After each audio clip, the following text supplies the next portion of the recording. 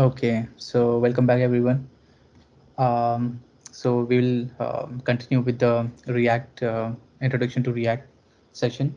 Okay, before we start, let's go over the slides which we already covered yesterday.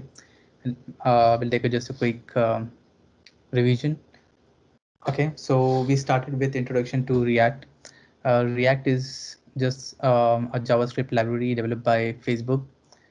Basically, the way React works is it creates a virtual DOM, which is a copy of your actual DOM. That is very useful. So because by using a virtual DOM, right, we can avoid all the expensive transaction with the actual DOM. Like if you want to modify any DOM element using JavaScript, and JavaScript is a single-threaded application, right? It will block all the resources, and right, it once the transaction is completed, then we can go back to the normal state. By creating this virtual DOM, right, it makes it very easy to keep updating this virtual DOM a number of time. And when the update events happen, React uh, fills the gap, and he merges the changes between the virtual and the real DOM, and that's what is called as uh, React reconciliation. Okay, so that's how React works. Let's move on and see what we covered yesterday. We started with JSX. JSX is same as XML or HTML markup language. We use JSX to create React element, and one of the main reason we use JSX with React is to create React element, and we can encapsulate the JavaScript with uh, the HTML like code. Um, yeah, then we went over what all types of version of JavaScript we have. From ES6 to ES12 are the newer version of JavaScript, which some features are still not supported for all the browsers like Chrome, Edge, and Firefox. So what we need to do, right, if you are using any advanced feature of JavaScript, right, we need to transpile that code into the previous version of JavaScript, and we can include that bundle into your browser, and it will work fine. After that, yeah, we went over some features of VS Code, and we saw the extension, useful extension. Um, Okay. Yesterday, the main thing which we covered is how do we create a React project, right? So we saw both the way, hard way and the easy way. Both the methods are useful. Like if you want to only focus on the UI development, you can go ahead with the create React app, create your application, right? Once your application is up and running, you can start. You can mainly focus on the UI development, and you don't have to worry about what's going on behind the scene. The hard way was like you need to install all the dependency on your own, configure Webpack using Webpack config.js, and once your localhost is up and running, you can have your own folder structure, your own design.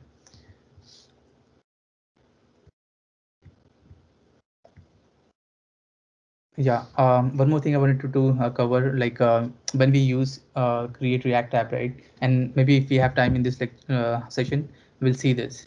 Once you create your application using create React app, and suppose you don't want to use the default configuration provided by the create app, we can change it. We can get all the configuration back by running just one command, npm eject, and you get the handle of all the configuration. You can edit it, and you can make it to work like as per your need.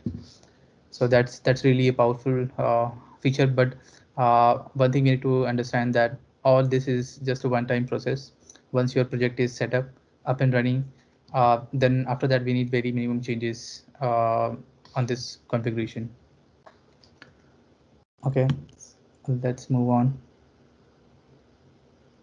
Okay, yeah, I just talked about how do we render elements in React, right? Basically, React maintains a copy of the DOM. We call it as a virtual DOM, and when the event update events happen, which we are going to see today. It's covered in the component lifecycle. How do we update the component if the data on the component is changing? How does the component re-render itself, right? Once the virtual DOM is updated and the update event is fired, basically both the actual DOM and the virtual DOM become in sync, and they both show the same data and state of UI. Okay, so today we'll see different type of functions, component. So basically, just to start, there are two basic type of components: class component and function component.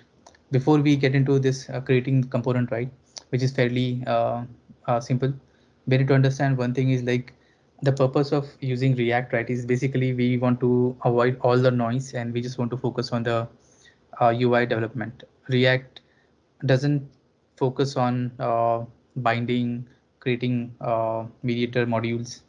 The only purpose here is to create independent UI. There are few ways we can use React. So first and foremost is like you can create your entire application into React. You can set up your React project and you can start using it, right? Second way is like even though say you have very legacy project, you have say a jQuery or Angular project, you can implement some part of that application using React. As we saw yesterday, right, we just have to introduce one container element like a div element, and whatever you are building into React, we can just make that component render into that one element.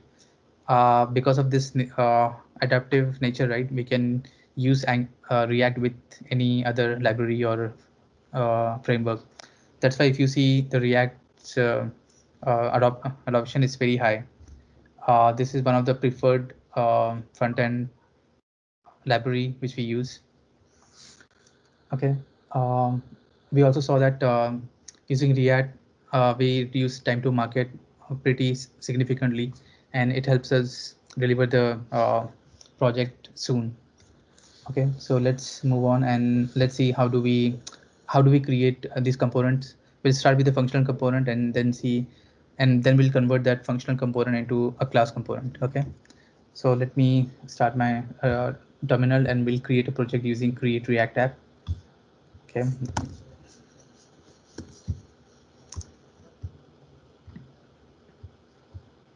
so here are we. Let's clear this. Okay, let's create this new project.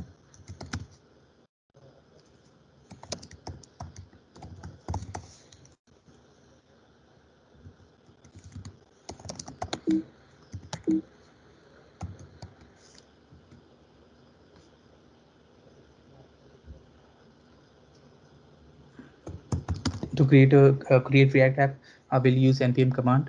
Npm, let me increase the font. Okay.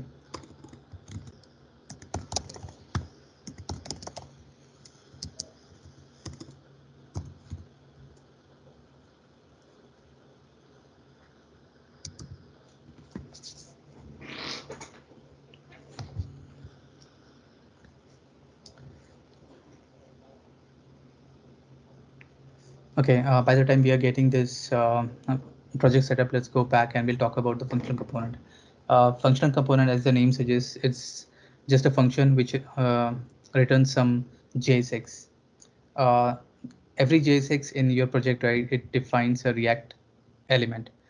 Earlier, right, before version 14 or 15, um, React has went through major changes, and version 16 is a complete rewrite of the React application. Before that, if you want to create any React element, right, instead of using JS6, we used to use API, where we using JavaScript, we need to create an element, and then we used to insert that element into your application. So we'll see that. Okay, npx. I think this is I'm seeing for the first time.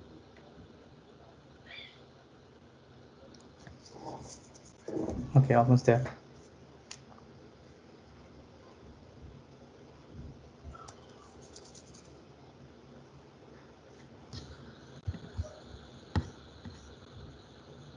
Okay.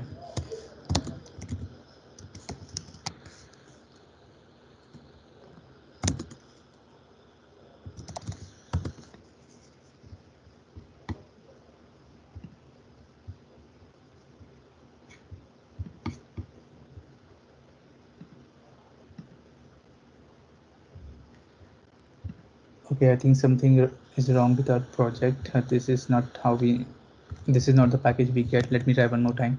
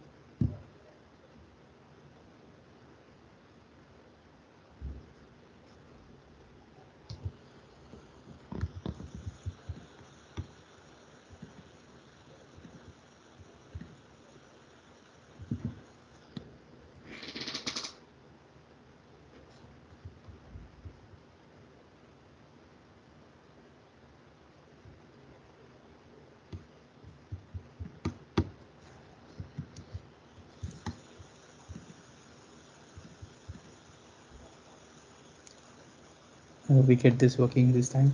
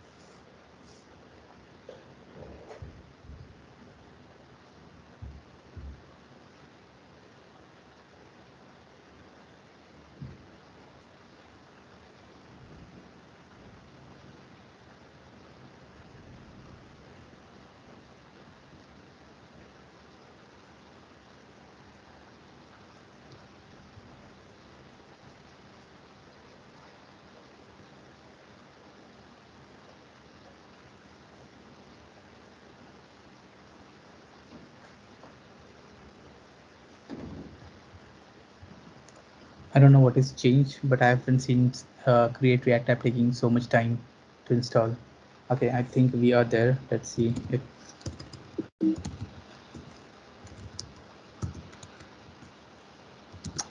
oh yes, so I think we got our project. Let's go to Visual Studio and see. Oh yeah, this is correct. So like what we see, what we saw yesterday, right? Basically, when we create a React project, right, there are four important files which we need to look for. The the most important file in any JavaScript npm project is your package.json, where you have all the dependencies defined and you have your scripts, right? So for us, we will be using start to launch our localhost. Then we have index.html, right, which is basically the uh, launch file for us, and the default JavaScript file is called index.js. One thing to note here, right, whenever you name your file index.html or index.js, you don't have to specify the name. So suppose if you have, like what we saw, when we load your localhost, right, we don't specify index.html, right? By default, it understands if there is no name, it will go and search for index.html. Same thing goes with the for the JavaScript index.js. Suppose if you want to include this file and you just say this, it will try to look for index.js. So okay, so this was our third file which we look for. It's a main is the first JavaScript file which gets loaded, and here we initialize our React DOM, right? This is the first element which we try to load in the application. Let me remove this. We don't. We can talk about this React strict mode later. Basically, whenever you use strict mode, right, like you when you use TypeScript, it helps to build a robust application. If you are using wrong types or if you miss something, um, it will catch that, and instead of giving warnings, it will break your application until unless you fix the type. It will keep showing that error, so it makes your application more uh, robust. Okay, for now I'll just remove it. Okay, so this is our first component we have. It's app. Let me open this. By default, okay, we'll launch this and see what we have.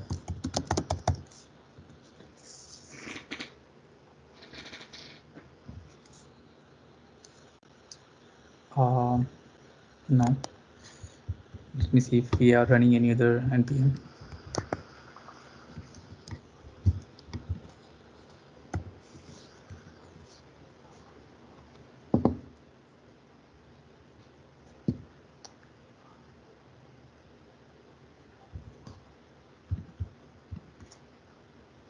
Okay, so here is our application.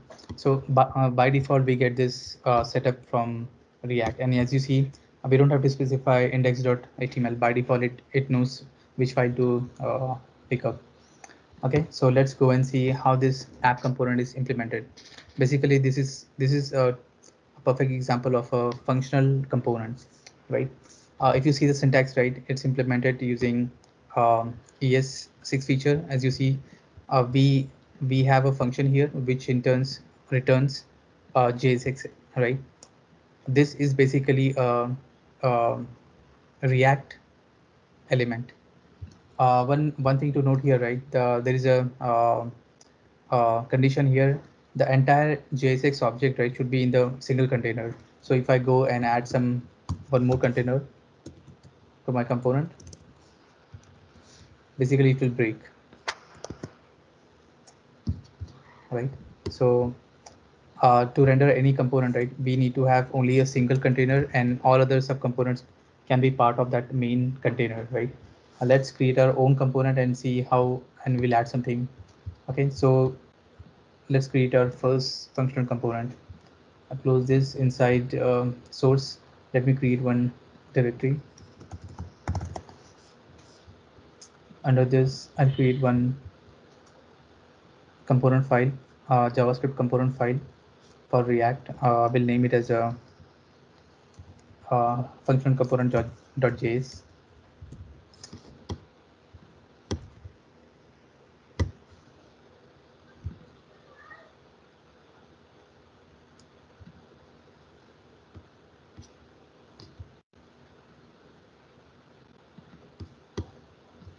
Okay. First thing, when we work with the functional component, right, we don't have to import any React library because it's just a function, and JSX is part of uh, React, same as HTML. So for that, we don't need to import any React or React DOM library. So we can directly get started using just declaring a function. We'll call it as a functional component. This functional component should return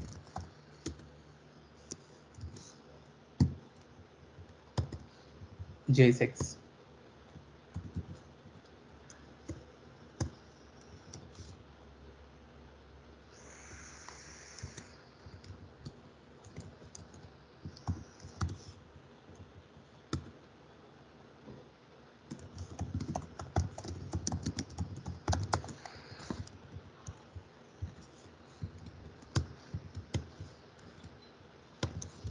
Okay, one thing to note here, right? If I try to, let me remove all this. We don't need this. I'll try to include this functional component to the main app component.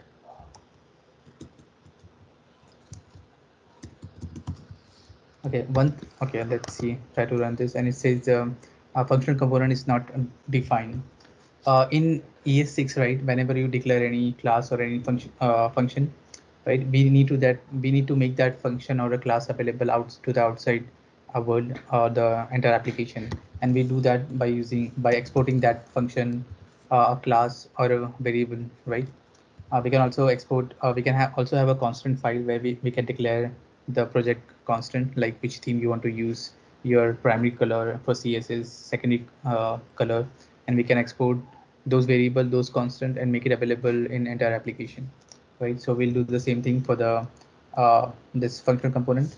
I'll say export default and the name of the component. Okay, once we save it, let me include this again. See, now as soon as I hit enter, you'll get this functional component added, imported by default. Okay, let's run this and see. Yep, so this is the easiest form of the functional component. What we saw yesterday, right? We can anytime convert our functional component into ES6 format. As we know, right, that JavaScript, in JavaScript, functions are first class functions. First class functions means function can be used as a variable in the language. So I can do the same thing here. I'll say constant. My variable name would be FC functional component. I'll say equal to, okay, and this should still be working, right? Let's see what is happening in the DOM here. We have this main component app, and in that component we are adding this functional component, right? So this it's maintaining this structure, and at runtime we are just rendering this functional component inside another functional component. One important thing is here is like there is no restriction of including components, so you can uh, mix match functional component and class components. Okay, now let's try to convert this. Now let's go back to our second category of the components, class component. Okay, we'll convert this functional component into a class component, and then we'll see what are the differences and how do we decide which component do you want to use, right? You want to use a class component or you want to use the functional component? What is our decision point where you decide which one is more suitable than other? So let me add one more file here. In the components, I'm going to call this as a class component, or let me write it properly. Okay, I'm going to copy this. Okay, and our objective is to convert this functional component into a class component. Okay, for that, uh, we will first convert this function into a class declaration. It will be JavaScript ES class, and the name of the component is class component. Okay, class component extends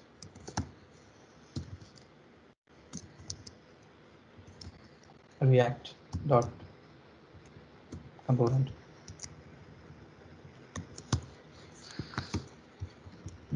Because we are using okay, we are importing React, this component will be available because of this import.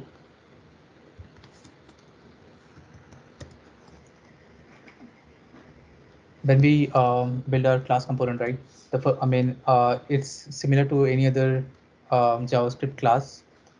So we can have a constructor function. Whenever we have a constructor function for the class, we need to define the super. Why it's necessary, we'll cover that later. And there is one mandatory method which we have to include. It's called render method. Once like that's how when we have a functional component, right, and we have the return statement, once we include the functional component, we are getting the JSX element or the React element back. That's how the parent component know what to render. But when we have the class component, we need to specify like what React element we are planning to render to the parent component, right? So this is a mandatory method. If you don't have the render method for the React class component, you will see an error. So let's move this return statement into your render method.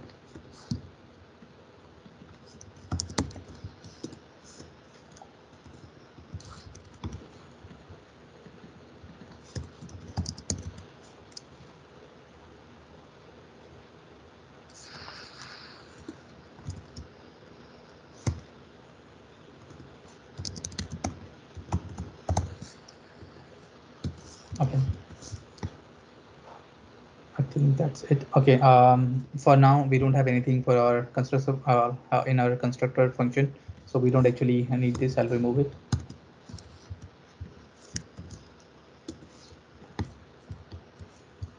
Okay, let's go to our app component and we'll try to include the class component as well.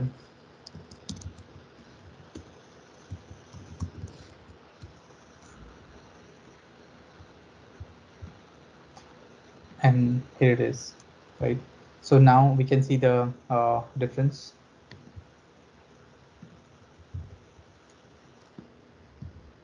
Basically they both are doing the exactly same thing, the only difference is in the implementation. Now if you consider, right, if you need to just show a line of text, right, and we're not doing anything special at this point of time, the best option is to go for functional component, right? Because in React, whenever we have a uh, whenever any data or any props or states is getting updated, React will try to re-render the component. So suppose if I'm now we'll see how to pass the properties to this component, right? uh, Mainly the component will be re-rendered. Like suppose if you have a counter and you're clicking on any button, right, we will increment the counter, right, to 1 2 3 4. In this case, if you see, the only thing changing is our counter, right? We can either pass that value as a property, or we can maintain some variable inside the component which will get updated, right? So whenever we pass any property to the component, or we maintain any state, or you can say any variable inside the component, right, whenever these two values get updated, your component will re-render. You don't have to call anything. React by on its own will call the render function. And in this case, where we don't have the render function, but if the any values, any props for the functional component is getting updated, this return will be triggered again. uh, and that's how the values for the main app will be updated, and you will see the updated value on the on your UI. So let me just quickly refactor this name here. It will make it more obvious.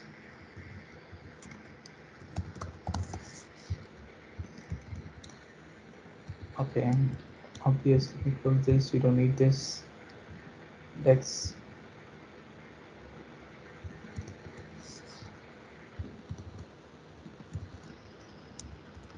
Okay.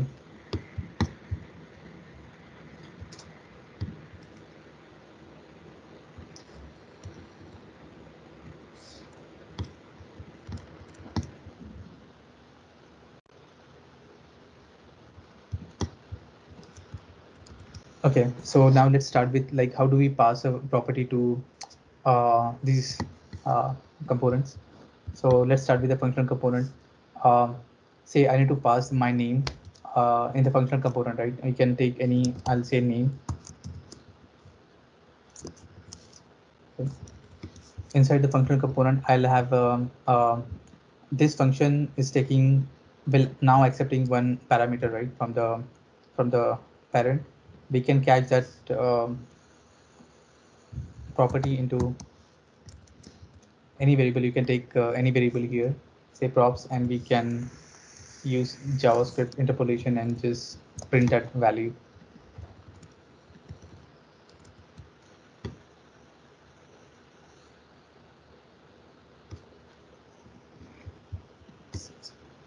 Okay.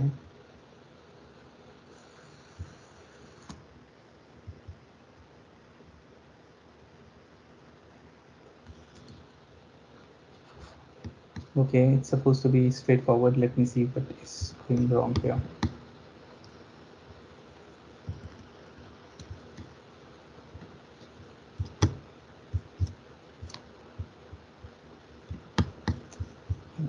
In a quick second.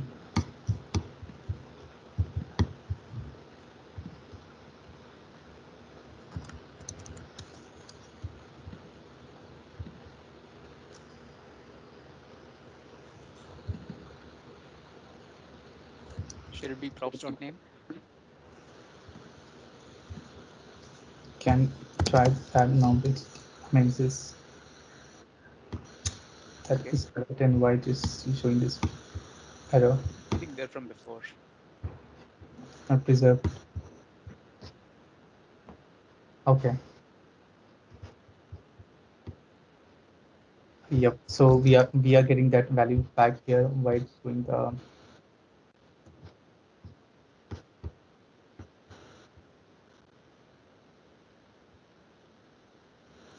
Okay.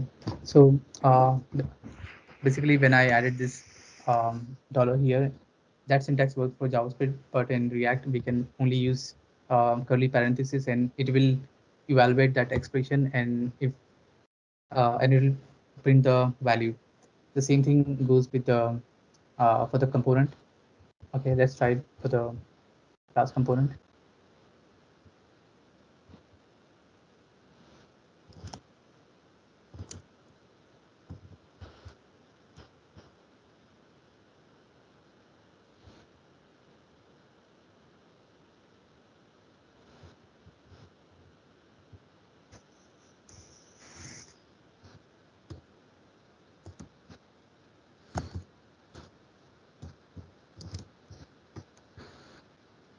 Yep, right. The only difference here, right? We have the this class, this operator, which works like a normal JavaScript. This operator inside the class, right? It will hold the reference to the class, and as of now, this prop is a class property, which will be accessible for all the methods, and we can use the props anywhere in other methods too. Let's add one more thing. So this is how the props work. So what happens like if I change the name property at runtime? At that time, we don't have to make any changes. As soon as the name property will change, it will reflect in the UI. How does that work, right? React continuously monitor all the state and the properties. If any property changes, it will update the UI, and it will print that value on the UI. This feature is very useful at, I mean, because we don't have to code for it, but it can be very expensive. Like suppose if you have too much data, or you have a huge data set for your application, right? And there are a lot of moving pieces, moving values. And for every update, right, React will try to update the UI, and that could be costly, and it might slow down your application. Okay. One thing which is so um, one advantage which class component have over the functional component is that in class component we can maintain states. uh, in the latest version of the React, right, we can also maintain states in the functional component, but for that we need to implement something else. It's called hooks. But by default, if you are not using hooks, maintaining any state for your React functional component is not possible. So let me show you what are states and how do we use it. And that's the advantage class component have over functional component. State could be when we talk about the state, right? Like suppose I have a component which is, say, suppose green, and I want to turn that component into red, right? So suppose if the transaction is successful, we want to show some feedback saying that okay, your form data has been submitted successfully, and we will make our component green, right? At that time, the state of the component is like success. But if something goes wrong, and or the API is failing and you are not able to submit your data to server, at that time we can make the component say red, right? Which will indicate the something went wrong and the component is in the error state, right? So when this status changes, the UI will be updated. But the advantage here, right, is like your component just got some memory. It will remember what happened to the component in the last event, right? Then we can pick up the same state of the component, we can use it, and we can evaluate the next state of the component. So let's see how the state works. Uh, there are some rules when it comes to states. So let's see what are those rules and how do we use it. Let's go back to the presentation and I'll show you some slides.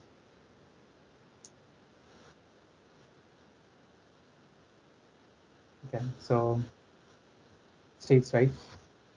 So the main rule here, right, is like um, when we for the first time in the class component, when we want to define the state, right, there is a pretty straightforward way to for doing that. Let me add the constructor function method.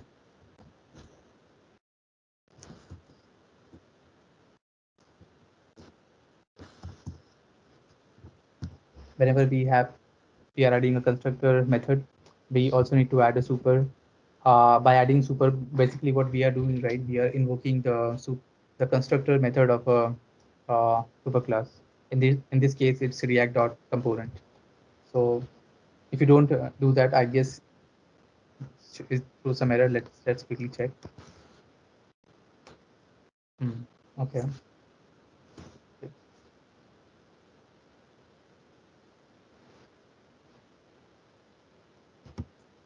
Yep. But if I just start using superclass, that fixes it. I'm not sure why it's maintaining these old logs. Refresh. Okay. Yeah. So let's define. One main thing about states, right? This is the only time where you'll be assigning something directly to the state uh, variable.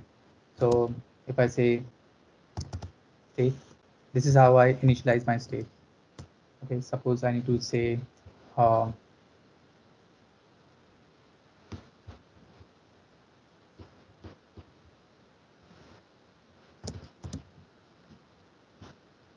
status, I'll say completed.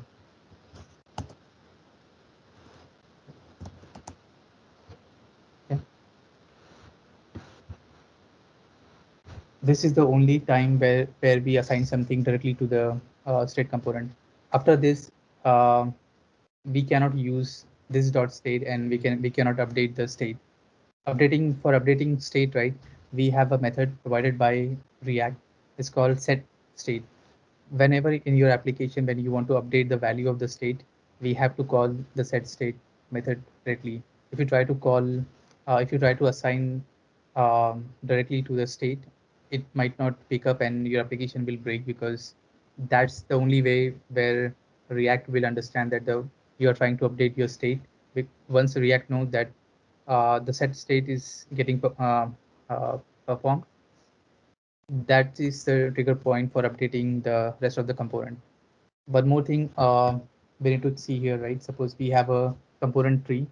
Let me take my crayon, and suppose this is a parent component, and in our case we have this app component, right, which is basically a parent component of this function component and a class component, right? So this is our parent component. Then we have uh, function component, and we have class component, right? Now suppose in the class component we again have some child component. uh, it could be anything, functional component or a class component, that doesn't matter. um, and this component again have one more child component, right? Now what I'm doing, right, I'm trying to update the state for this component, right? As soon as I use set state and update the state of this component, right, um, React will try to update, re-render this component and everything which is underneath this component, right? So once the parent is updated, React will try to, if those properties are passed to the child component, it will also try to update or re-render the child components, right? So this is, you need to be very careful. If you are updating any state, it is highly recommended that you do that in the leaf component, the child component, right? If you do that at the top, just imagine if you are working on a big project, right? You'll be basically updating your entire application. All the components will be updated. All the render method in all the components will get called, and application will become slow. You will start seeing some memory leak issues, right? And so that is very costly uh, transaction. Let's go back to our project.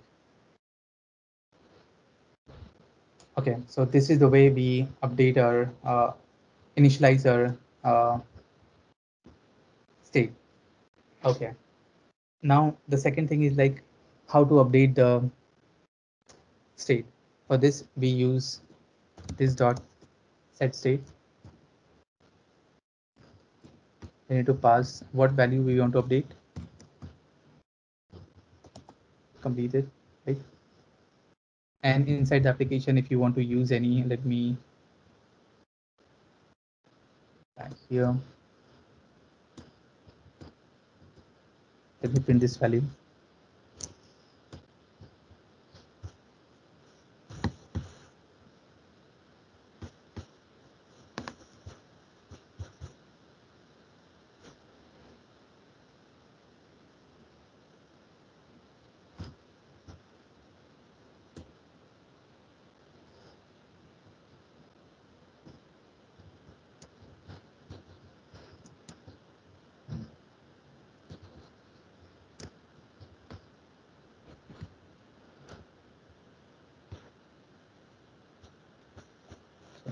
It's going wrong.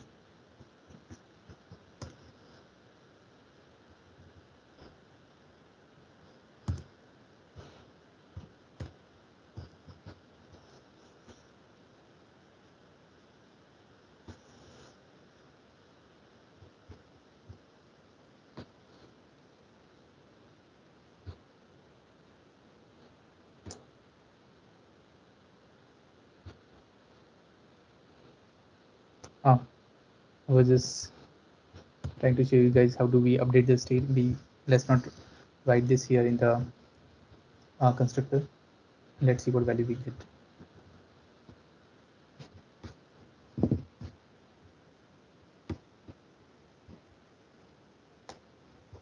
It still doesn't like it. Let us see.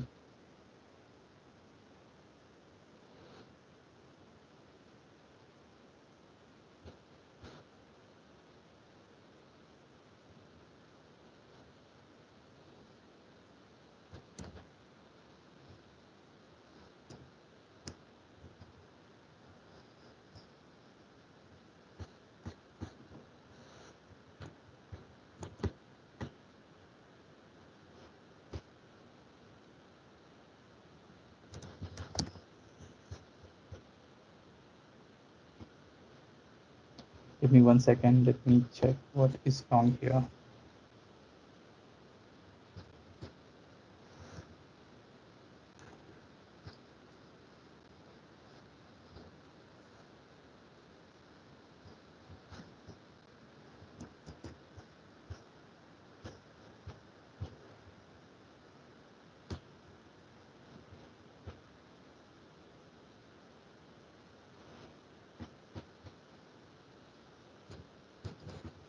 Oh, come on. Okay. Same thing I did with the props. I think this. Okay, it's completed, right? So basically, we are not doing anything fancy here. I'm just taking one state which I have initialized to complete it, and I'm just printing the value.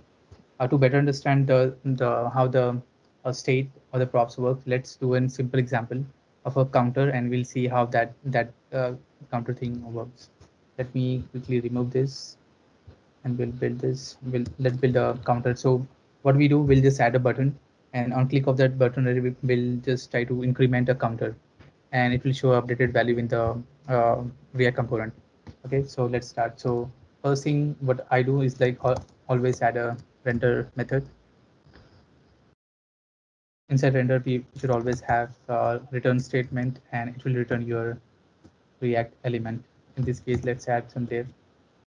Okay, and here say we'll add a button, and on click of this button, we'll perform some action. So let me add on click event. Okay, let me show you how do we add a.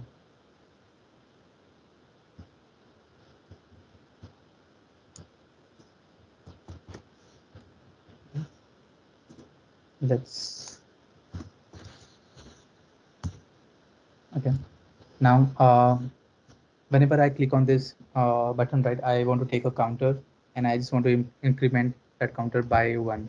So in this case, right, the count is the best example to which we can store in the state, because every time we click on the button, the it will be incremented by 1, and we want our component to remember that value, that what is the current count, right? So it's the best thing to which we can store that in the state, right? So let's add our constructor, and we'll we'll add a state.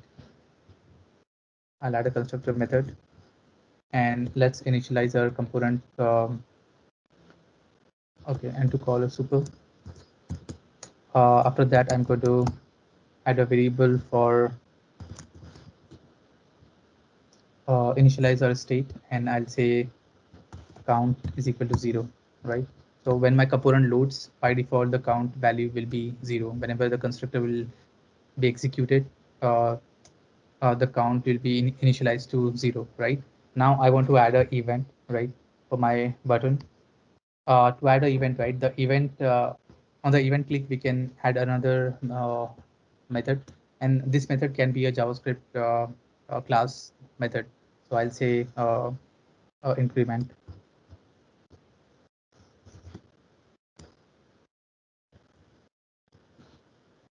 Okay, and in this I'll say this dot. I'll just keep updating my state, right? So if someone clicks the count button, I need to increment this count by 1. So let's do that here. So the way we update the state is like we use set state method, and under this I'm just going to say count uh, again this dot state, because it remembers the previous value, dot count plus 1, right? So what is happening here, right? Basically, we are trying to update the count, right? But we are also using the current count value, which is stored in the state. So let's see how this works. I'm going to copy this increment and call it as here, because this is a class method. We need to call this using this, right? And we are not invoking this function. Whenever we add a parenthesis, basically we are invoking that function. But on the click, I'm just passing the reference to that method increment. Okay, let's see if it is compiling. Seems to be fine. Okay, count is here. Okay, as soon as I click, it says set state of undefined. Okay, so why this happened, right? Okay, so um, in ES6, right, basically this is the method, and when we go inside any method, right, that this is no longer pointing to the class, right? This is pointing to the increment method.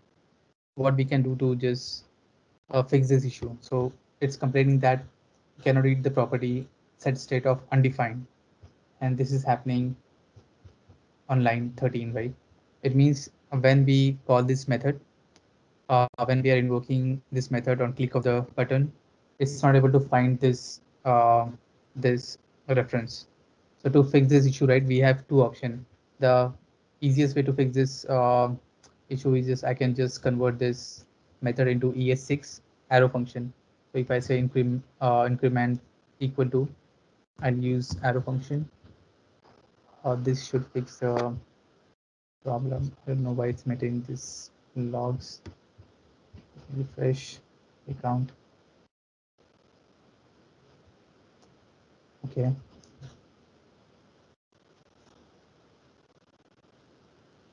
Because we are not printing it, let's me add this here.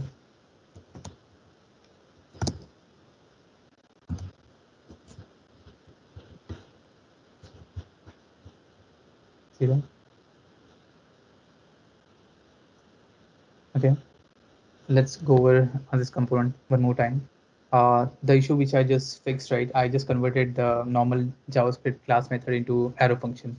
Whenever we whenever we use the arrow function, right? Basically, this will refer to the class reference. Suppose I don't want to do this. Okay, 1 second. Okay. Let's say I don't want to fix it in this way, right? There is another method available where we have to where okay, if I still, let's see if we still get that problem. Okay, it's still breaking, right? Suppose, so what is happening here, right? If you need to bind this to the class reference, right, what we can do while defining in our constructor function, right, what we can do is like we can just bind this from the constructor function to the method using bind. So let me add the increment here. And what I'm going to do, right, I'm just going to bind the class this to this method.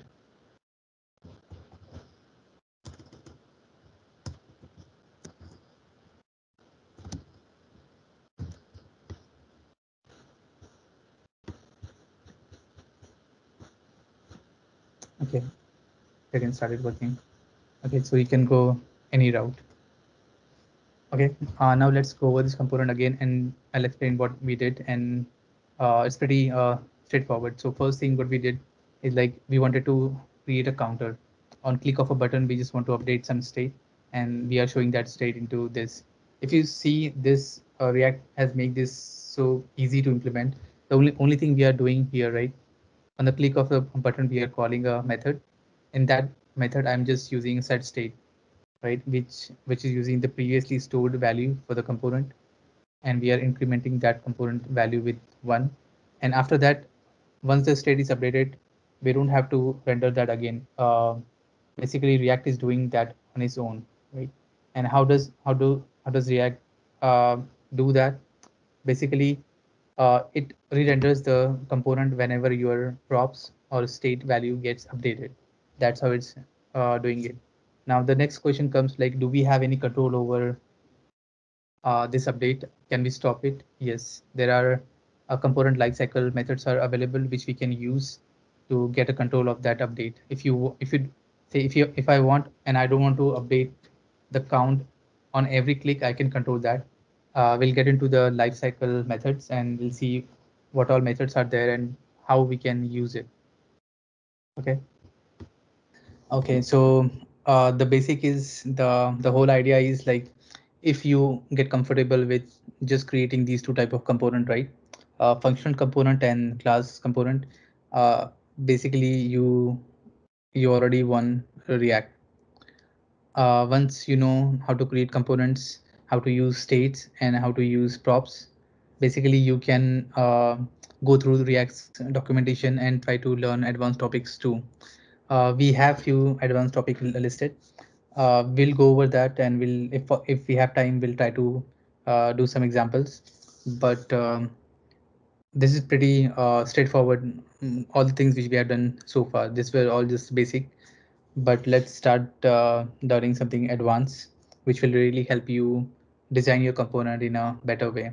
Okay, so if you guys don't have any question, let's move on and let's see the life cycle, uh, React life cycle. Okay, yeah, just before that, I think I missed one thing. Okay, so um, in React, right, we have a way. So if you see this class component, right, you see three things here, three methods. First is constructor, second one is like our uh, action handler, and third one is the render method. If I don't have the render method in my class component, right, basically it will show some it will throw some error. And so let's see if I just change the name to render2 and I try to build this, right, it should be throwing some error. Okay, and here it is, it's complaining that, okay, yeah, it's complaining that instance.render is not a function, right? So basically we need to have this. Okay. Yeah, one more thing about, like, we can still go ahead and refactor this component. So there are two things which is like for the performance or keep your code clean, right? What we are doing here, right? Basically, we are importing a React object and we are using React dot component, right? But when we import React, right, basically we are not using all the method, because if I go here and I say React dot, there are so many things, fragment, right? There's so many things and I'm not using most of the thing, right? So what I can do, right, I can just remove this React from here and I can import the component, only the component from the React library. And how do we do that? I'll just say I'll extract it, right? If I need something else, suppose I want to use a context, I'll just go here and I'll use context here, right? So basically you are keeping your code clean and you are only importing things which you need, right? And we are getting rid of all the noise and this looks much cleaner. Also, like if you talk about the naming, right, this doesn't sound a very good name. It's like it's not readable. It's like class component, right? It should be something meaningful. I just used it for example, but yeah, I mean you get the point, right? It should be code should be readable um, by other team members too. Okay, but this is just for the example. So pardon me for that. And one more thing, yeah, one more good thing about which you should know, that when you initialize your state, right, basically you don't have to write this initial code into in the constructor function. So if I want, I mean, it's very obvious, like when I'm initializing my state, obviously I'm doing that in the constructor method. So it is so obvious that you don't have to even specify the constructor function. I can just remove this. I'll remove this and I'll make this component, convert this method into arrow function, right? So that's it. This should work. Let me, oh, sorry. So this is obvious because once you have any variable inside your class, it can be used using this, right? So we don't even need that. So this is understood that, okay, when you have a state and you are initializing your state, basically this code should go in your constructor function. So we don't have to explicitly specify that. It's understood, right? So we can remove it, and now our function looks much more cleaner. And I always use this prettier or right, so it makes everyone's code looks the same. This all right. This is important when you work in a bigger team, and so this is what we have. Okay, so let's move on, and now we are going to see what are different lifecycle methods in React when we use class component. Now the question is like, why do we even need these lifecycle methods, and what are the advantage, right? Now, as I said, right, suppose we have many states and there are a lot of properties. Like instead of this name, I'm passing many variable like many parameters from the parent component to the child component. Okay, let me find my drawing tool here. Okay, so suppose you are passing few parameters here as a prop to this component A, right? Then you have component B, then you have component C, right? Suppose as your project progresses and right it is reaching the final state, the list of props and state keep increasing, right? Now suppose there are we are passing few properties from component A to component B. Most of the properties are used sometime. Some properties get updated few times, right? How do you control that when your component should get updated? Basically, as of now, we don't have any control. And if you want to make your application performant, it should be um, um, it should work under stress, right? For a long time. Then we need to make we should have all the control, right? We should know where the component is updating, whether do we want to update our component, all right, all those things. To take that control, we need to get into component lifecycle. Okay, let's go to the presentation and I can show you what all lifecycle methods do we have. Okay, next props. Okay, component lifecycle. So let me clear this.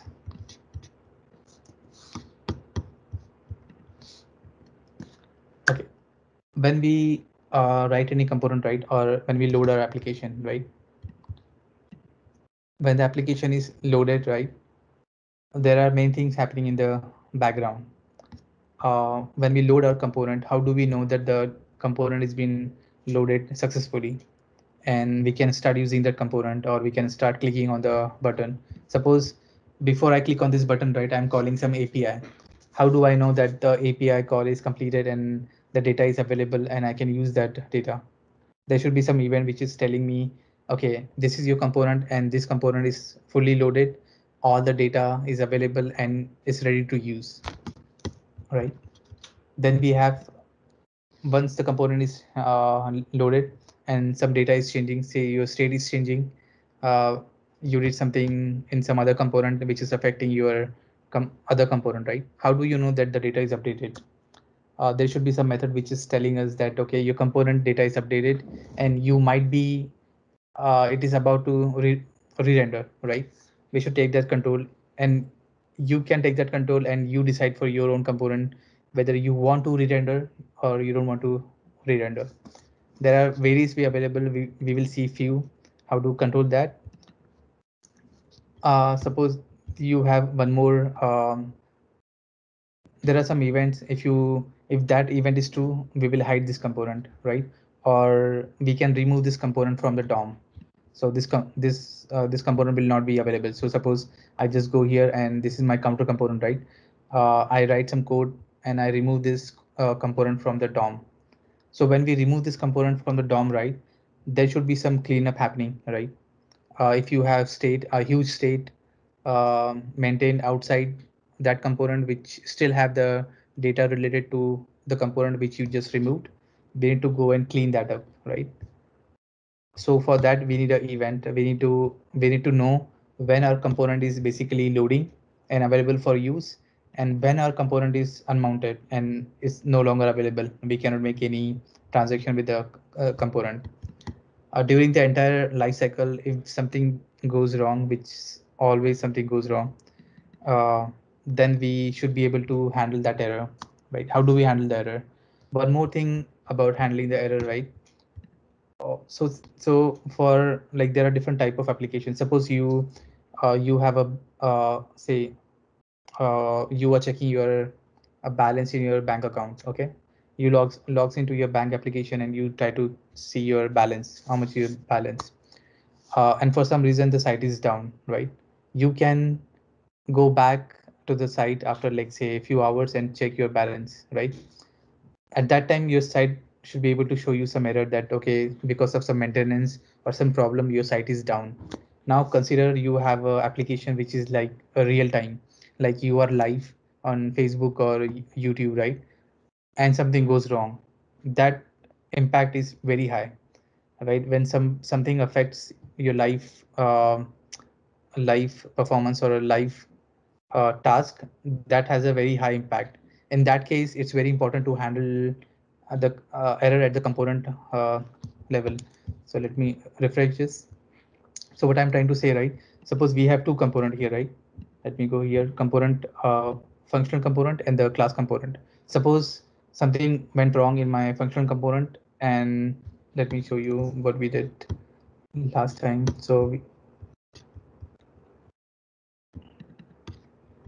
Okay, function component, I just remove this.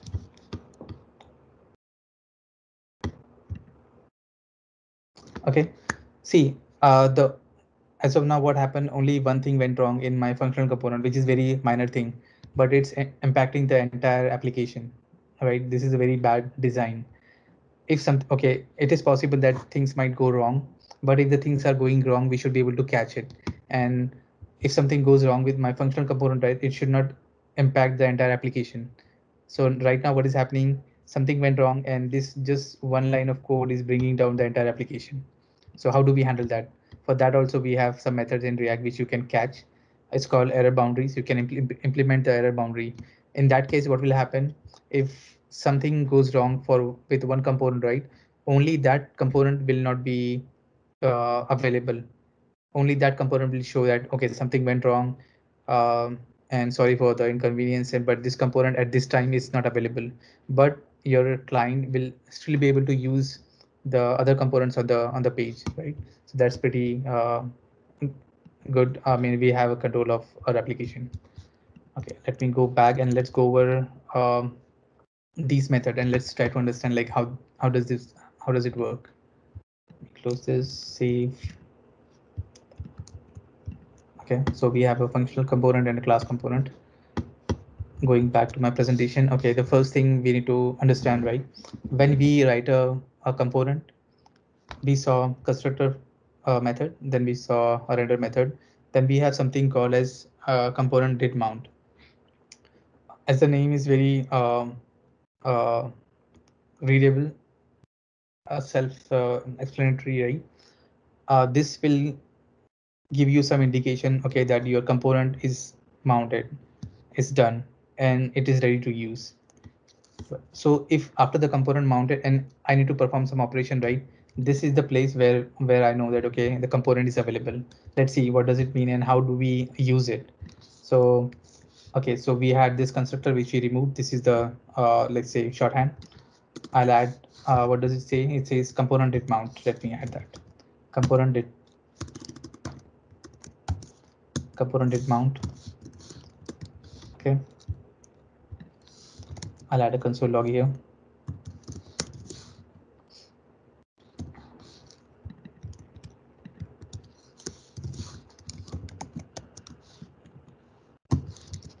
Okay, and we are not calling this method from anywhere. Let me add one more console log and I'll say okay, this increment call and this component did mount is called. Okay, let me increase the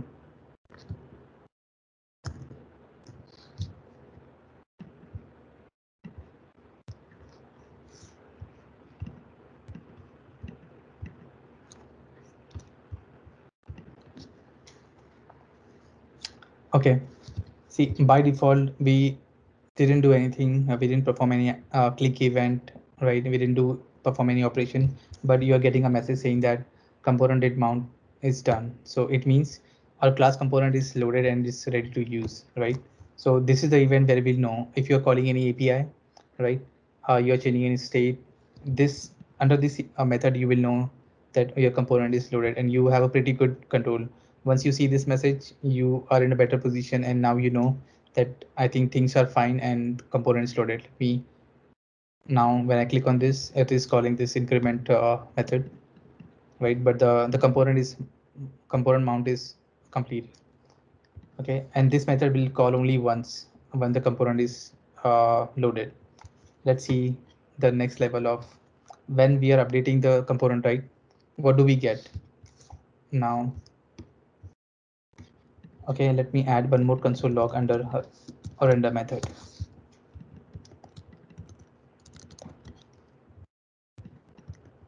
Let me change this name count.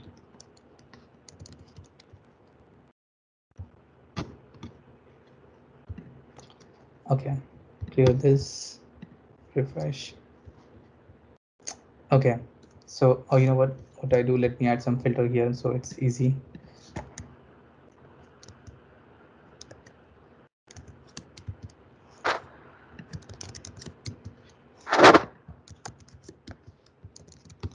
I'll use the same filter here. Okay, yeah. Let me reload this.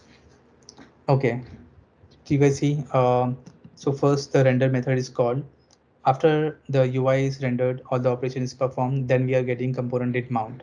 So the first method is getting executed is render. We got our UI, component is updated, we are done. Everything is good. Now I'll go back and click on the count button. Okay, so when I click on the button, right, basically what we are doing, we are just updating the count. We are just updating the state of the component, right? So it means whenever the state of the component is updated, a React is trying to call the render method internally. We don't have to do anything for that. I'll go back here again. Let me reload. Same thing. I'll click on the count. So every time the count is getting called, the state is getting updated and we are rendering the UI again, right? Now let's see. The same thing will happen if the props are getting updated, right? So now let's do and we'll add one functional component. Let me copy this, whatever we have here, and let me call this as a subcomponent.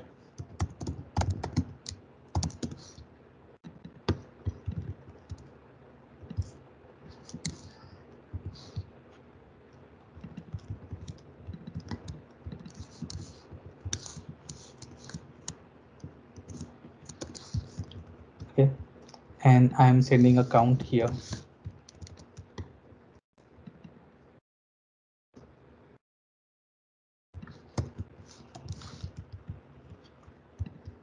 Now I'm going to include this subcomponent into my class component. Let me go back here. It should be pretty straightforward. I'll just say subcomponent. Okay, now what I'm going to see, as you see, right, I just create is it's a very simple functional component. I am expecting a props here. We need to, it means we need to pass some property to this subcomponent, and that property name is count. So I need to use the same property if I want to use the same variable here. I am passing, and what I need to pass in for this component, basically I already have that value stored somewhere in the state. I can use the same state which I'm using in here. Okay, so what we are doing here, right? In this class component, basically when on the click event, we are updating the count and we are displaying that count here, right? But now we are also passing this the state of one component into its child component. Okay, and this is the child component. So when I click on this, now one thing we need to observe here, right? That increase this. Whenever we call the count, only one render is getting called because the other component is a functional component, right? Now, just to verify if the what happens if when the properties are getting updated, right? Let me convert this functional component into a class component. To be very quick, class.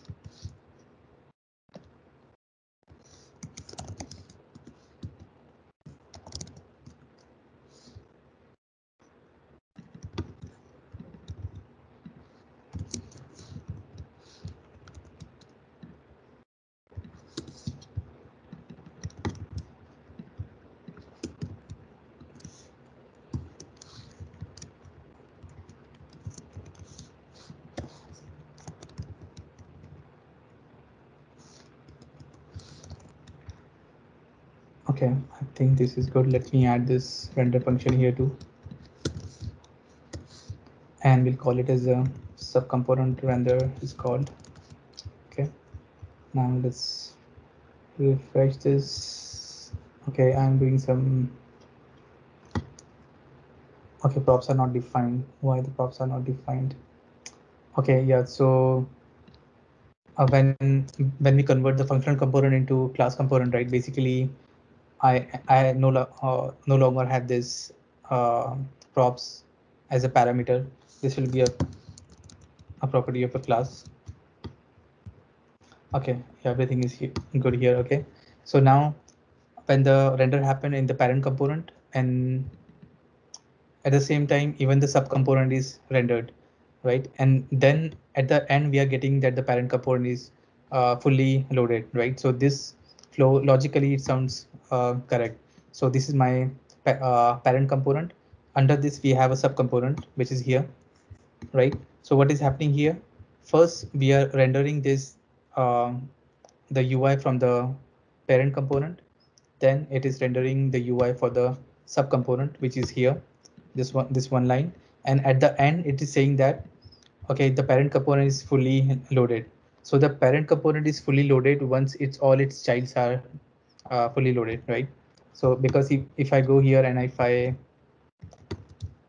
add this component did mount in the subcomponent, right? Let's see, but when do we see this?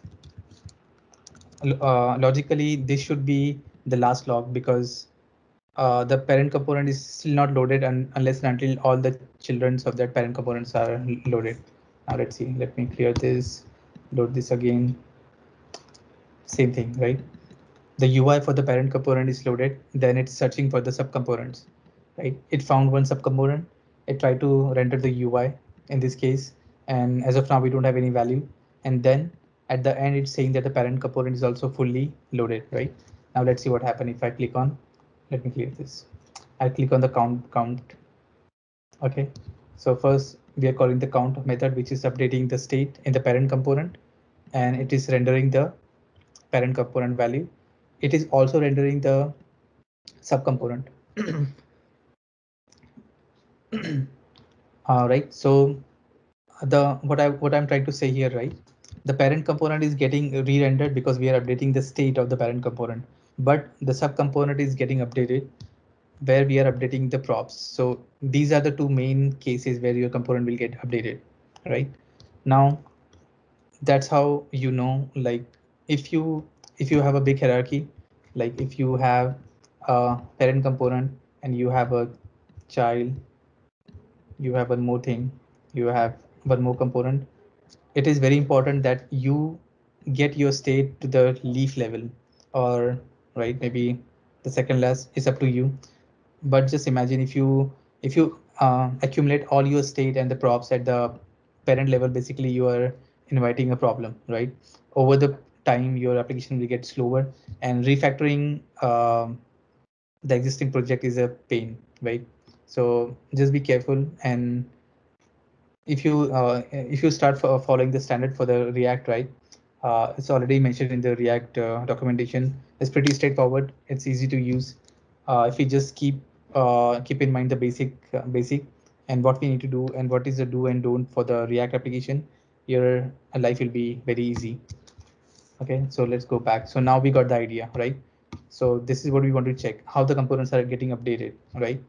So we got one more thing. We just saw the render and did mount, right? Then we had this updating. How do you know that your component is getting updated, right? So for that we have these three method.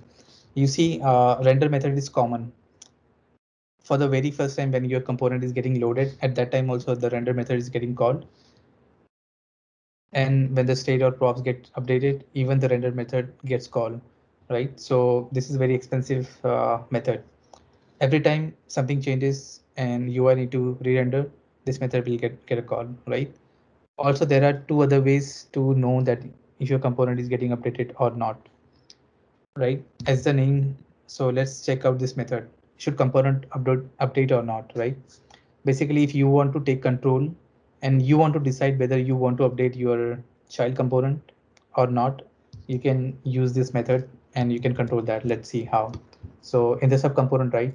So as of now, if I click on this, basically the sub component is getting rendered and I don't want to do that. So for that, I'll just implement this method, should component update, right? I think this takes previous state as a uh, parameter. Okay, let's see what we get here.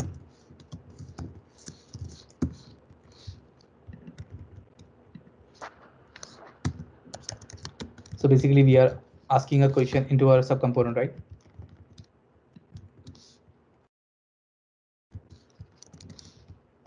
Oh, we are not using state here, we just have one prop here, right? So let's see, we'll accept a previous prop and let's see what happens. Let me just print this so that we can see these values.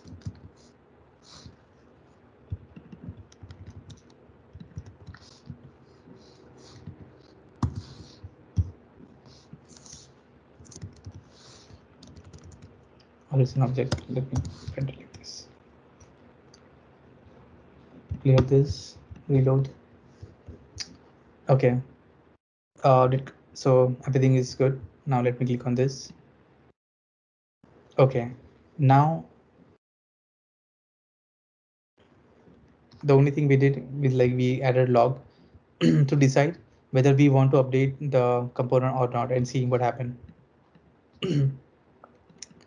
I'm updating the parent component, but the sub component is not getting updated because it is expecting us to, because we have declared this, we need to use it and we need to let the component know whether what do you think, should we update the component or not. And you see in the previous thing, right, we are getting the count here, right? So if I go here and I say return true,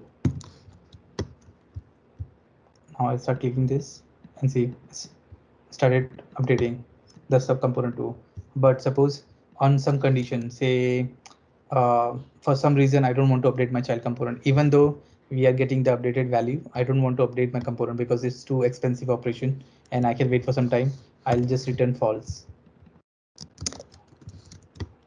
right? And now it's stop updating, right? So that's how we control it, right? We can make this conditional, right? We can accept the I don't remember like the what's the parameter order. Let me quickly check here. Current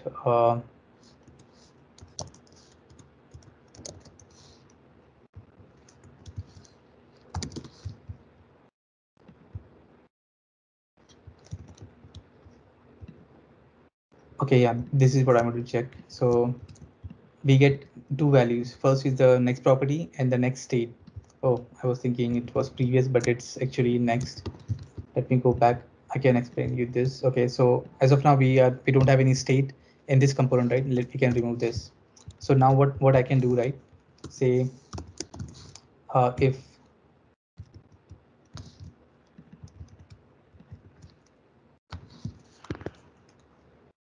what is the property name we are getting here? We are getting the count, right?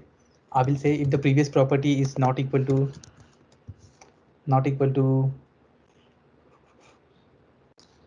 the current property, right? And the current property is this one.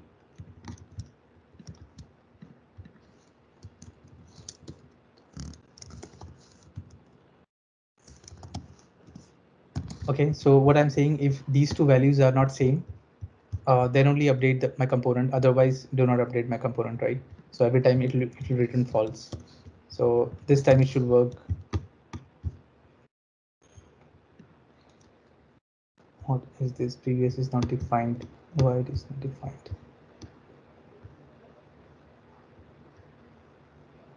Oh,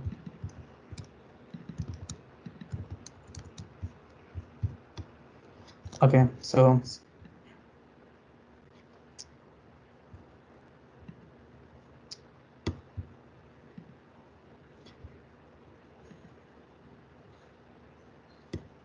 right, every time it's updating, right?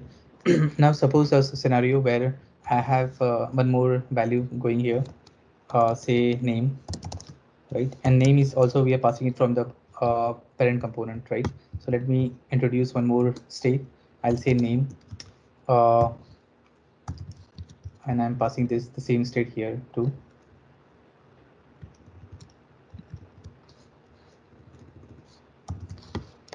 Okay, let me show this state here.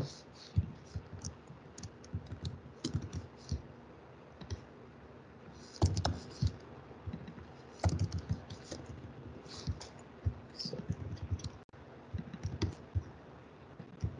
okay, so this is still a very easy example. Now we are passing two properties for this subcomponent, right? So this will make things complicated, right? Now, what do you think when the component will re-render? When the count is getting updated or the name is getting updated? Or the obvious answer is like when the both any one of the properties getting updated, the component will re-render, right? So let's see. Uh, Let me add this into.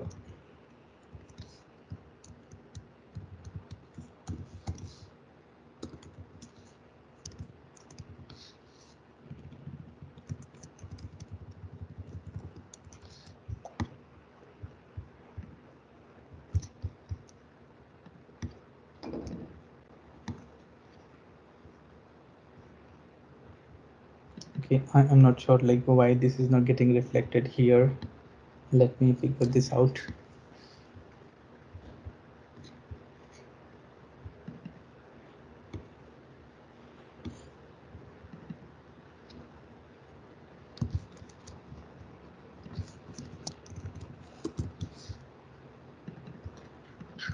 Should it be state? This dot state dot name? This one? Nope, on the left subcomponent. No, because we are passing this as a property, right? So Okay, this right, will be available as a property because it's the same thing as count, right, right? right. Makes sense. It should, yeah, but it should be available. I'm not sure why it is not reading it. Oh, I don't know what happened.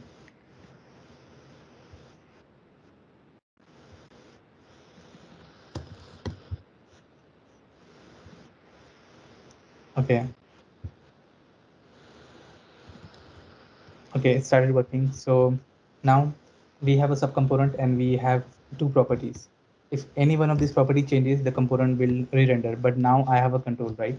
What I'm going to do here, right? I'm going to change the name. Change the name of the component from here. I'll say change name, right? I'll add this method change name. Okay, and in here the only way, correct way to update the state is to use this method. We cannot or we can never use something like this, state equal to state dot. This is not allowed. Every time you want to update any state, you need to use the set state method. Okay, it's set state, and now it's a method. So let me pass this property. I'm going to say,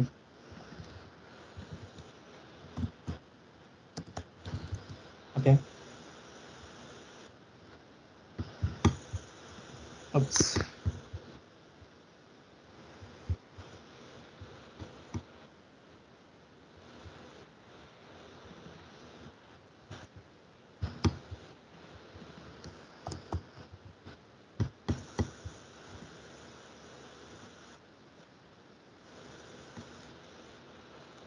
set state is undefined. I'm doing again. I'm doing the same mistake. Either I need to bind the reference of this, or I can just convert this method into arrow function. I will always prefer arrow function.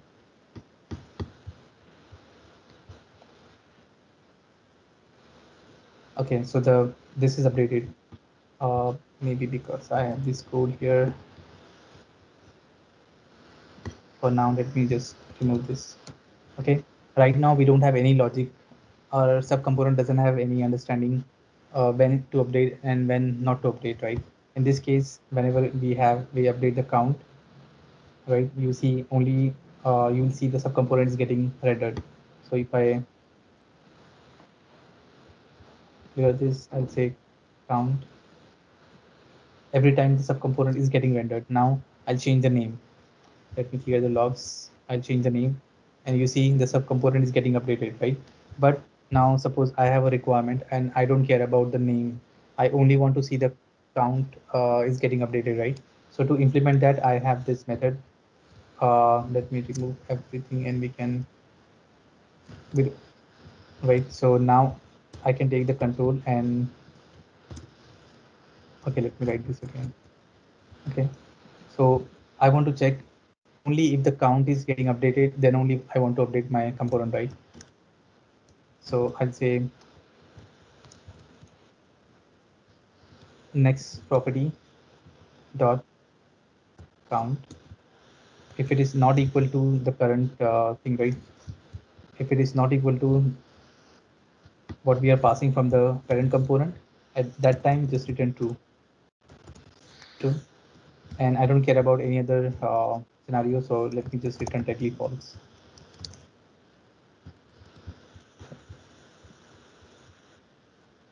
Now I'll click on this. So my subcomponent is getting updated, but as soon as I click on name, my parent component got updated, but the subcomponent didn't got updated, right? So now I have a control over my component. I can only update when I want, right? So what we do, uh, basically, even if you don't want to take a control, right, we should at least just log and see there are some libraries which tells you like how many times the component is getting updated, and you can take a control of that, right? Mostly what happens if your project become very large or you are not you don't have a very good component structure, you will pile, I mean, there will be a lot of properties and states. It become difficult and your components keep get it keep updating, right? So you need to have a control for that. So this is the best way to control your component update state.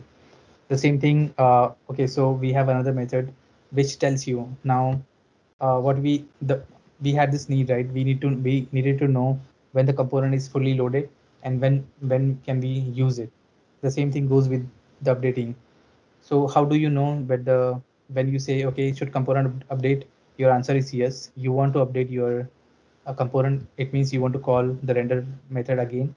But how do you know when the update is completed? So for that, we use this did update method. So if I go back here, I'll implement this method. Okay, if I add a console log here,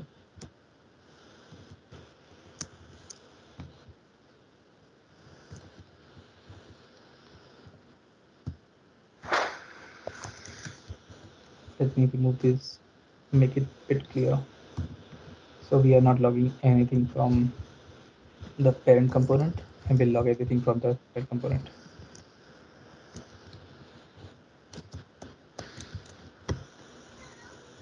Okay.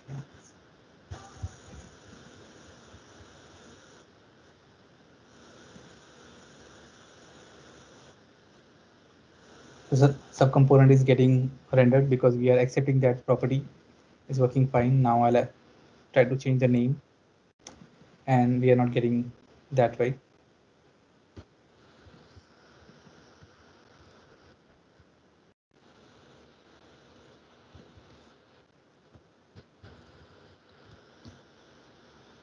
We should have also.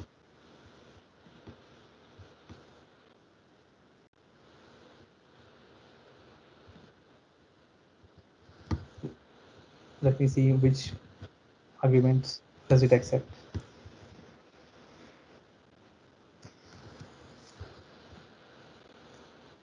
Similarly, for the update component, we can accept the previous property, and we will know if the property actually updated. Same way we are having a control over when we are deciding, right, should the component render or not. Similarly, we have a control of the update state, and we can control that. So we have this in component date update, we get the previous prop, and if you want to have a more control, then you can use should component update.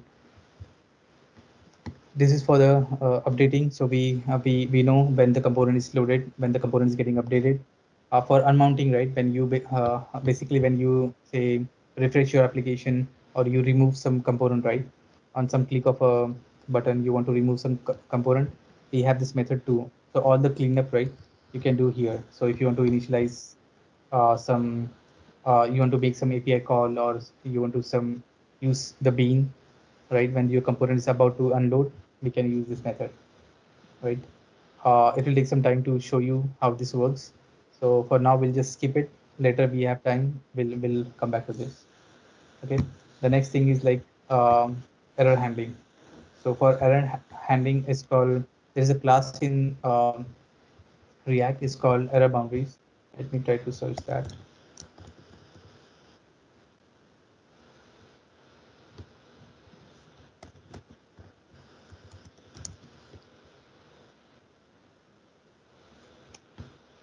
Yes, actually, this document is really amazing.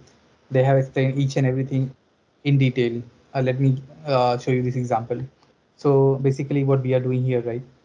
Uh, there is a method where, so they have taken a property here, a state, which says that, okay, is your component have any error? Initially, when you load your component, the state will be false. When you are loading your component, it's a new component.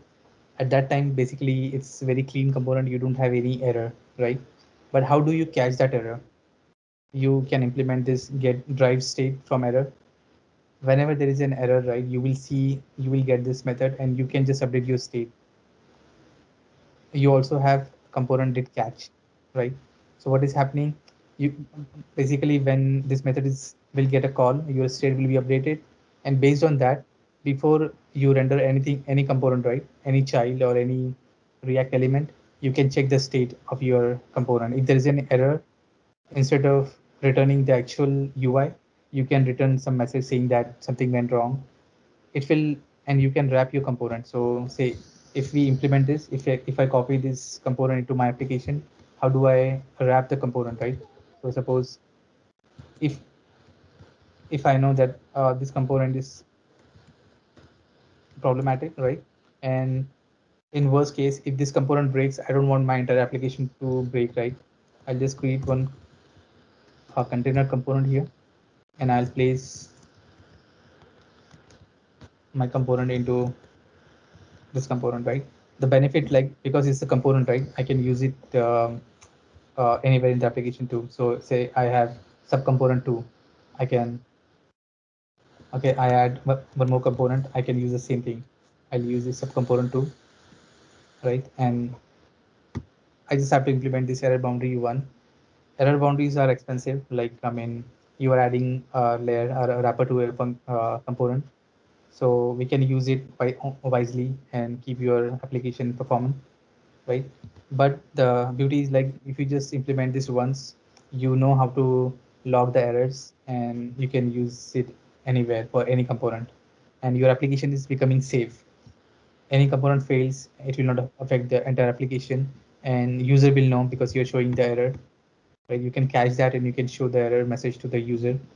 So also, like, I mean, if you have any DB call, if you have any log table in DB, you can write an API here and you can send that information, what went wrong to DB. So it's easy to debug.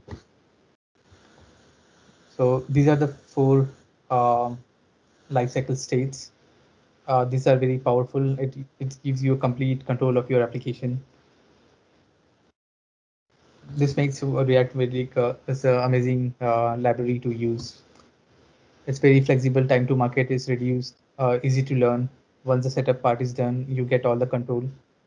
Um, yeah, error boundaries. I was trying to explain the same thing what we talked about. Then one thing we can touch, I can try to explain this. What is user context and how, why do we need this? Okay, let's try to understand this. I close this. Okay, so we had this class component, right? Under this, let me remove this. Let's make it clean. We don't have error boundaries, so I'm just trying to use it.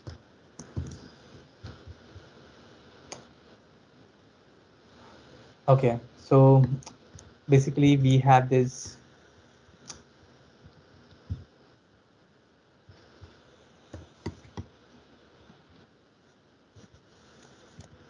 I think go back here. So we have this subcomponent, right? Let me rename it to one.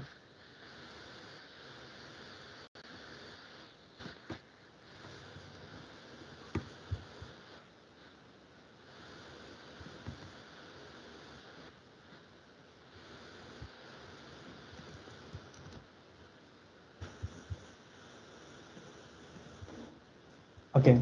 Now, if your component tree gets huge, we are basically introducing a problem in our application, right? So the way it works, right?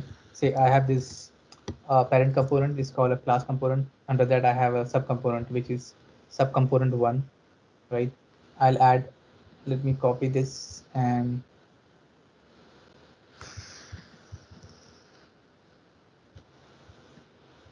let me add one more component.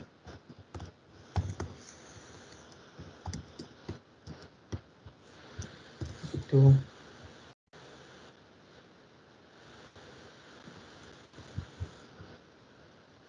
okay, and I'm going to include this component under my subcomponent one.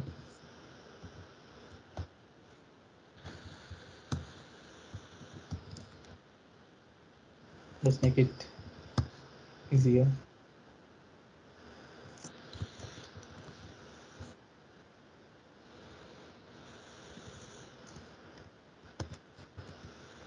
Okay.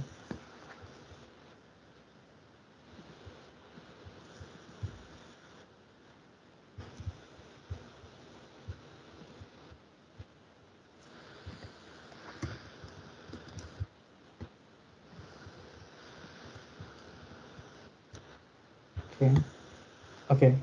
So okay, let me even hide this.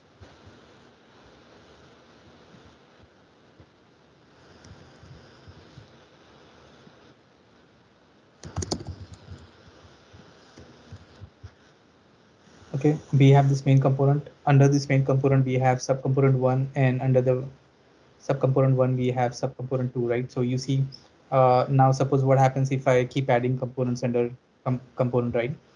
Now I need to pass the same value from main component to my component two. To do that, we need to basically we need to follow the chain, right? So what we did here, we are passing for the subcomponent one, the second level, we are passing count and name as a props, right? Now I'll go to subcomponent one. We need to do the same thing. Basically, if I need to pass, we have the properties here, right? And what property we had? The property name is component and name, and I can pass the same properties to this one. I'll say name is equal to this dot props dot name.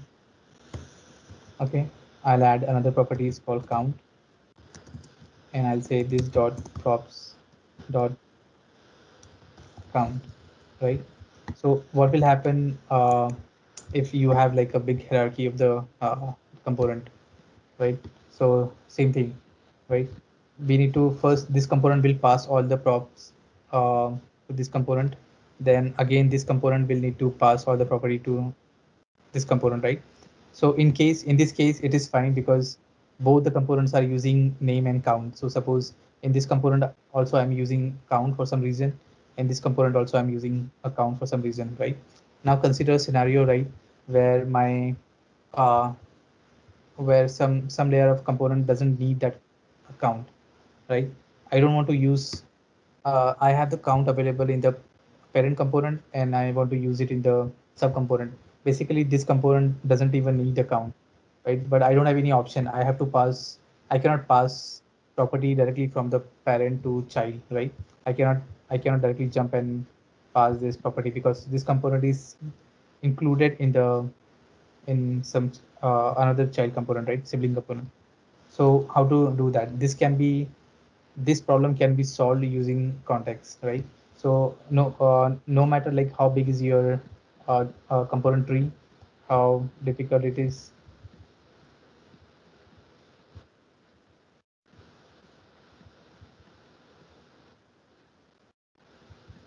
right? Suppose I have some property here which I directly want to pass to this component, and all this component doesn't have any use for that property. I can directly pass this property to this child component using context.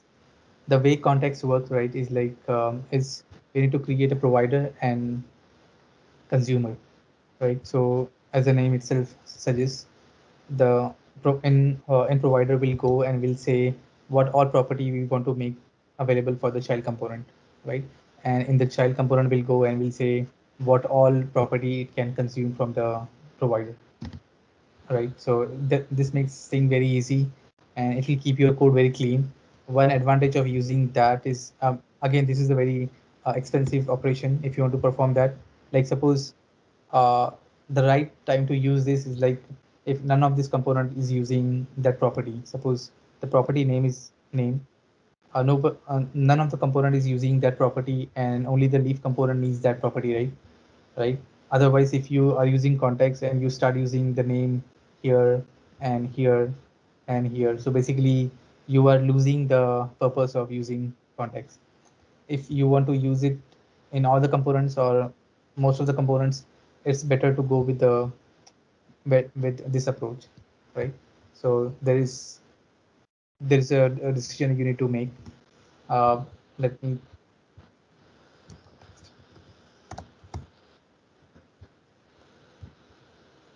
yes, again, it's a very detailed documentation. You need to see how the provider works, how do you consume the context. It's very easy to create a context. We just uh, let me yep, this is how we create a context. This method is again available in React. We just need to import it, make it available to your component, and start creating context. So I'll give you example. In our project there is so we deal with the live webcast, right? And every webcast we call it as an event. Every event have their own property, right? And now suppose you want to go live with thousands of audience, right? So basically what do you want your what information, what is the most likely information which all the components will like to have, the event start time, right? At what time you want to go live. So this is something which is very critical to the application, right? And all the components might want to know this, right?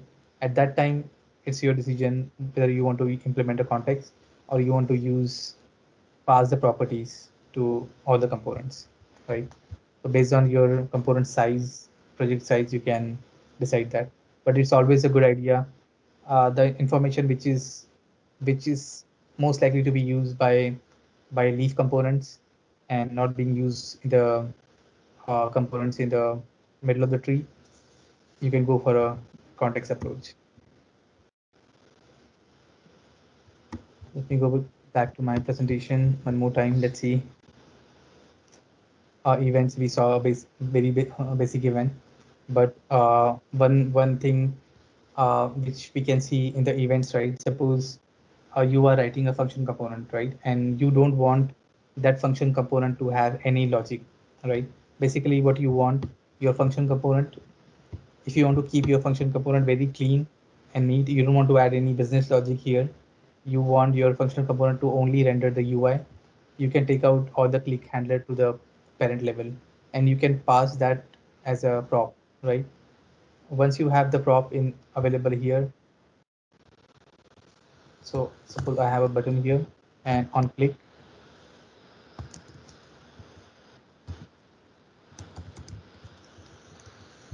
right? Suppose now I don't want to write my function here, right? So the best place to write the logic for this component, I just want this to be only UI, because if this component is used at multiple places, the click might do a different thing, right? So what I'll do, instead of defining my function somewhere here, I am going to pass that function as a prop, right? So, and I'll say props dot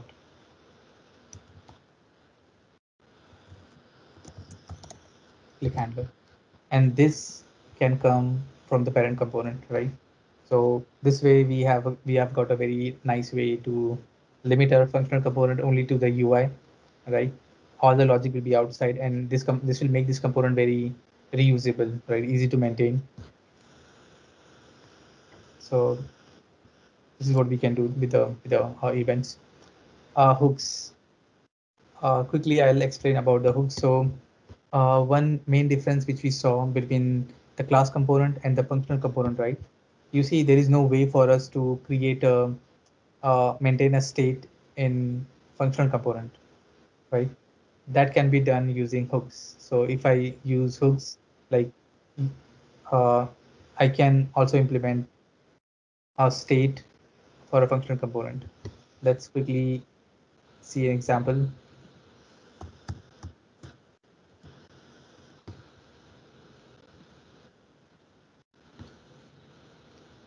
Okay, this is the this is exactly, I think, the same example what we implement, right? Okay, so what is happening here, right? To define the state, right, we use state hook in the React.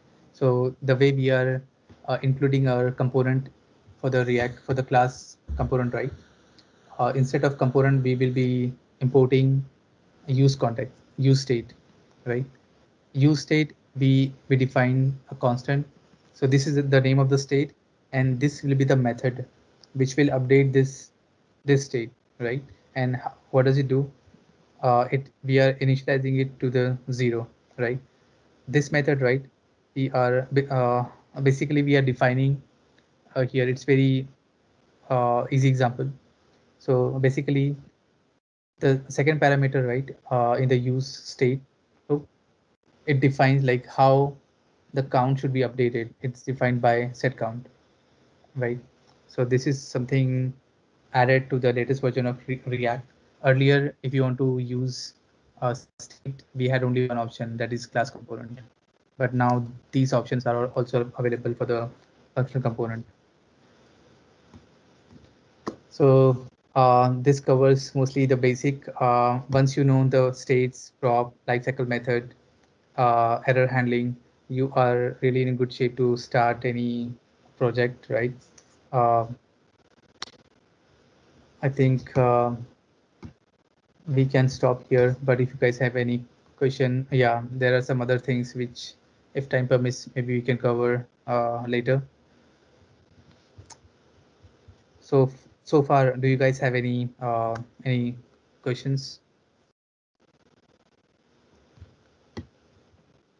Okay. But I mean, I'll suggest like you guys can set up your React project, start doing some simple examples, use states, props, build some calculator or some connect to your webcam microphone, and see how you can pass that stream that data from one component to another component, and see how things works.